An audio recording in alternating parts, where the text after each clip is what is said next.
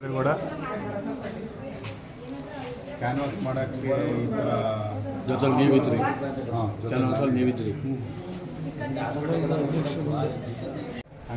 ಊರ ಒಳಗಡೆ ಇದ್ರು ಹಂಗೆ ಅಂತ ಇದೆ ಏಕೆ ಬಂದು ಅವರೆಲ್ಲ ಸೇರ್ಕೊಂಡು ಕಲ್ಲು ಎತ್ತಾಕೋರು.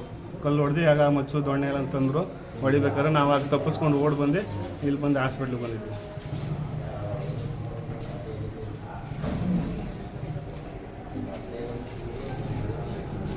ಅವರೆಲ್ಲ ದಳದ ಕಾರ್ಯಕರ್ತರು, ದಳದವ್ರ ಕುಮ್ಮಕ್ಕಿನಿಂದ ಇವೆಲ್ಲ ನಡೀತಾ ಇದೆ ನಮ್ಮ ಪಂಚಾಯತಿಲಿ.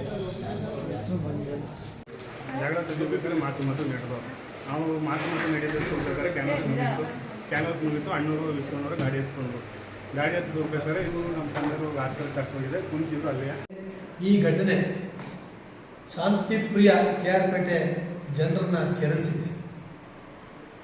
KR-ಪೇಟೆ ಒಂದು ರೀತಿಯ ಅತ್ಯಂತ ಮಂಡ್ಯ ಜಿಲ್ಲೆಯಲ್ಲಿ ಪ್ರಬುದ್ಧ ಮತದಾರ ಇರ್ತಕ್ಕಂಥ ಕ್ಷೇತ್ರ.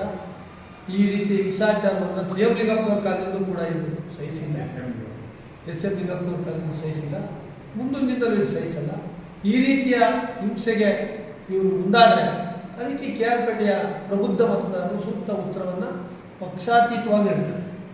ಬಹುಶಃ ನಾವು ಸಾರ್ವಜನಿಕ ಜೀವನದಲ್ಲಿ ಹಲವಾರು ವರ್ಷಗಳಿಂದ ಚುನಾವಣಾ ಸಂದರ್ಭದಲ್ಲಿ ಈ ರೀತಿ ಅಧಿಕಾರವನ್ನು ಚುನಾವಣೆ ಗೆದ್ದಿದ್ದೀವಿ ಅಂತಕ್ಕಂಥ ದುರಾಂಕಾರದಿಂದ ಅವರ ಕಾರ್ಯಕರ್ತರು ಏನು ನಮ್ಮ ಕಾರ್ಯಕರ್ತರ ಮೇಲೆ ದಬ್ಬಾಳಿಕೆನ ದೌರ್ಜನ್ಯನ ಮಾಡ್ತಾ ಇದ್ದಾರೆ. ಇದು ಭಾಳ ದಿನ ಉಳಿದಿದೆ. ಇದಕ್ಕೆಲ್ಲ ಅಂತಿಮ ಇದೆ. ಸೋಲಿನ ಹತಾಶೆ ಈ ರೀತಿ ಅವ್ರಿಗೆ ದಿಕ್ತಪ್ಪಿಸ್ತಾರೆ. ಈ ಸೋಲಿನ ಹತಾಶೆಯಿಂದ ಈ ದಿಕ್ತಪ್ತಾ ಇರ್ತಕ್ಕಂಥ ಕಾರ್ಯಕರ್ತರನ್ನ ಮಾನ್ಯ ಶಾಸಕರು ಹತೋಟಿಲಿ ಇಟ್ಕೊಂಡು ಸ್ಥಳೀಯ ಕಾರಣಕ್ಕೆ ಸ್ಥಳೀಯವಾದ ವಿಚಾರಕ್ಕೆ ಅಂತಕ್ಕಂಥ ಮಾತನ್ನು ಹೇಳಿದ್ದಾರೆ ಅಂತ ಮಾಹಿತಿ ಕೊಟ್ಟಿದೆ. ಕಡಾಖಂಡಿತವಾಗಿ ಇದು ಸ್ಥಳೀಯ ಕಾರಣ ಅಲ್ಲ, ಇದು ರಾಜಕೀಯ ಕಾರಣನೇ. ರಾಜಕೀಯವಾಗಿ ಮತಯಾಚನೆ ಮಾಡಿದಂಥ ಸಂದರ್ಭದಲ್ಲೇ ಇದಾಗಿರೋದ್ರಿಂದ ಇದಕ್ಕೆ ಸ್ಥಳೀಯ ಕಾರಣದ ಲೇಪ ಹಚ್ಚೋಕೋಬಿಡಿ ಶಾಸಕರೇ. ನಿಮ್ಮ ತಪ್ಪನ್ನ, ನಿಮ್ಮ ಲೋಪವನ್ನು, ನಿಮ್ಮ ಕಾರ್ಯಕರ್ತರು ಮಾಡ್ತಾ ಇರ್ತಕ್ಕಂಥ ಹಿಂಸಾಚಾರವನ್ನು ನೀವು ವಿನಮ್ರವಾಗಿ ಒಪ್ಕೊಳ್ಳಿ. ಮತ್ತೊಮ್ಮೆ ಈ ರೀತಿಯ ಘಟನೆ ಮರುಕಳಿಸೋದಿರ್ತದ ನಿಮ್ಮ ಹತೋಟಿಲಿ ಇಟ್ಕೊಳ್ಳಿ ನಿಮ್ಮ ಕಾರ್ಯಕರ್ತರನ್ನ. ಈ ತಾಲೂಕಿನ ಕ್ಷಮೆ ಯಾಚಿಸಬೇಕು ದಯಮಾಡಿ ಶಾಸಕರು.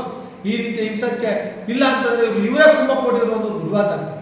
ಈ ರೀತಿ ಗಲಾಟೆಗೆ, ಪ್ರಚೋದನೆಗೆ, ಸೋಲಿನ ಹತಾಶೆಯಿಂದ ಇವರೇ ಕುಮ್ಮ ಕೊಟ್ಟಿರು ಅಂತ ಗೊತ್ತಾಗ್ತದೆ.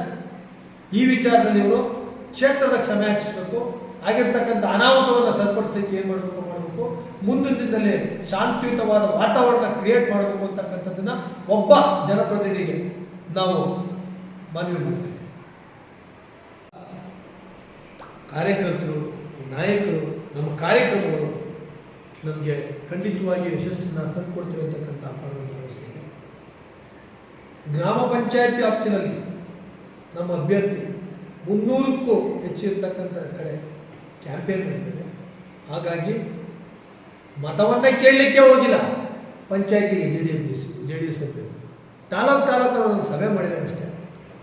ಗಂಭೀರವಾಗಿ ಚುನಾವಣೆ ವಿಚಾರ ಸಂಬಂಧಪಟ್ಟಂಗೆ ಮಂಡ್ಯ ಜಿಲ್ಲೆಯ ಪ್ರಬುದ್ಧ ಮತದಾರನ, ಮಂಡ್ಯ ಲೋಕಸಭಾ ಪ್ರಬುದ್ಧ ಮತದಾರನ ಮತವನ್ನೇ ಯಾಚನೆ ಮಾಡಿ ಅವರ ಓಲೈಸ್ತಕ್ಕಂಥ ನಿಟ್ಟಿನಲ್ಲಿ JDS ಅಭ್ಯರ್ಥಿ ಸಂಪೂರ್ಣವಾಗಿ ಪಾಲ್ಗೊಂಡಿದ್ದಾರೆ. ನಮ್ಮ ಅಭ್ಯರ್ಥಿ ಅತ್ಯಂತ ವಿನಮ್ರವಾಗಿ, ವಿಧೇಯತೆಯಿಂದ ನಾನು ಮಂಡ್ಯದ ಮಣ್ಣಿನ ಮಗ, ನನಗೆ ಆಶೀರ್ವಾದ ಮಾಡಿ ಅಂತಕ್ಕಂಥದ್ದನ್ನು ಮನವಿ ಎಲ್ಲ ಕಡೆಯೂ ಕೂಡ ಮಾಡಿದ್ದಾರೆ. ಆ ಮನವಿಗೆ ಮಂಡ್ಯ ಲೋಕಸಭಾ ಕ್ಷೇತ್ರದ ಮತದಾರರು ಭಾಳ ಉತ್ಸಾಹದಿಂದ ಸ್ಪಂದಿಸ್ತಾ ಇದ್ದಾರೆ.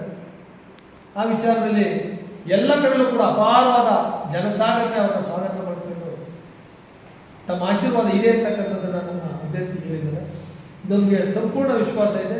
ನಮ್ಮ ಲೋಕಸಭಾ ಕ್ಷೇತ್ರದ ಮತದಾರರು ನಮ್ಮ ಮಂಡ್ಯದ ಮಣ್ಣಿನ ಮಗನನ್ನ ಯಾವುದೇ ಕಾರಣಕ್ಕೂ ಕೈ ಬಿಡುವುದಿಲ್ಲ ಅಂತಕ್ಕಂಥದ್ದನ್ನು ನಾನು ಹೇಳಲಿಕ್ಕೆ ಬಯಸ್ತೀನಿ.